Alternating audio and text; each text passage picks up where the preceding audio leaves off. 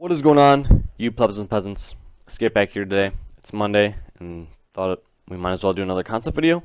And today I want to talk about a pretty crucial concept in Hearthstone. Depends on what decks you're playing. However, this can help you win those games where you think, oh, I lost by 2 damage or something like that. And typically beginners disregard this concept quite a lot, and intermediate players tend to think about this concept, however they don't do it correctly. And what I want to talk about today is minion placement. So before I hop into the gist of where to place your minions, stuff like that, I want to talk about a couple of minion placement related cards.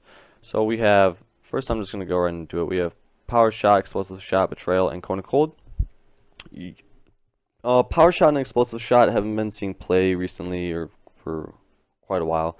And Betrayal is typically seen in Reno Rogue variants, and Cone of Cold is seen in Reno Freeze Mage variants. So when playing against a Reno Rogue that you think potentially has Betrayal, you typically want to not place your big minions next to each other so one of them kills the other. So that's that. Next, I'm going to talk about the big meaty cards of minion placement. Generally, these are the ones that everyone talks about when discussing minion placement, and those are Defender of Argus, Direwolf Alpha, and Flametongue Totem. So that's that. We'll get into those later. Next, we have sticky minions like Harvest Golem and Possessed Villager. And these are sticky minions because they die and they summon a minion exactly where they died. And the minion that they summon cannot attack, and because of this, it can interrupt things and doesn't really do anything that turn. So it can mess up token chains, for example, of Direwolf Alpha, and this is typically when discussing sticky cards, this is where good minion placement comes into effect. So, yeah. Next, these next 3 cards I'm going to just put up. These aren't the only 3 cards that deal with this, but typically when you play a card that summons a minion, it's going to go to the very right. So, for example, you have Feral Spirits. When you play it, the 2/2/3s are always going to go to the far right. When you play your Shaman Hero Power, the totem is always going to go to the far right. Also, with Imp Boss, when it takes damage, the token it summons is going to go to the right.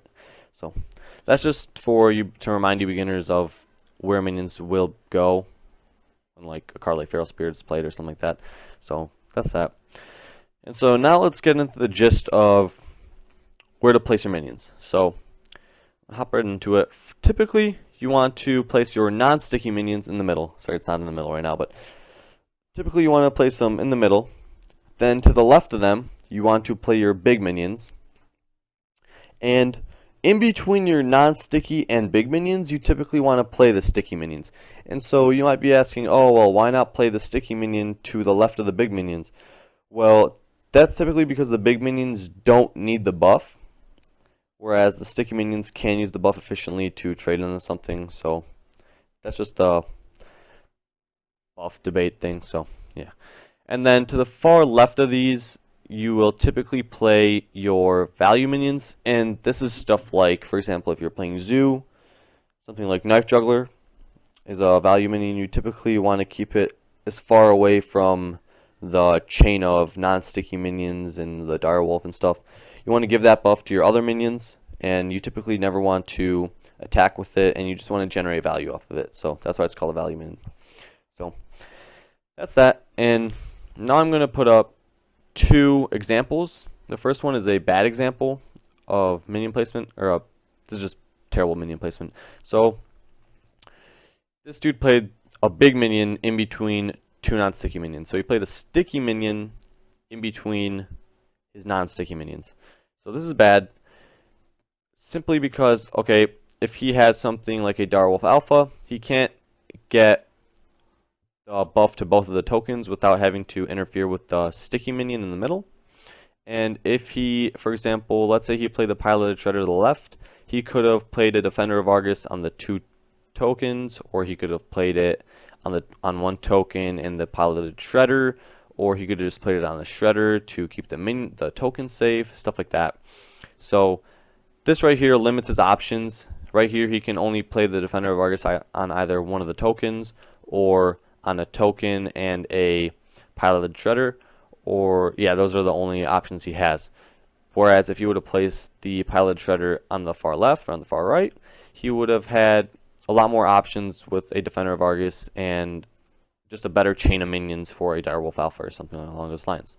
So that is why this is terrible minion placement. He can't get the most out of it. Next, we have pretty good minion placement right here.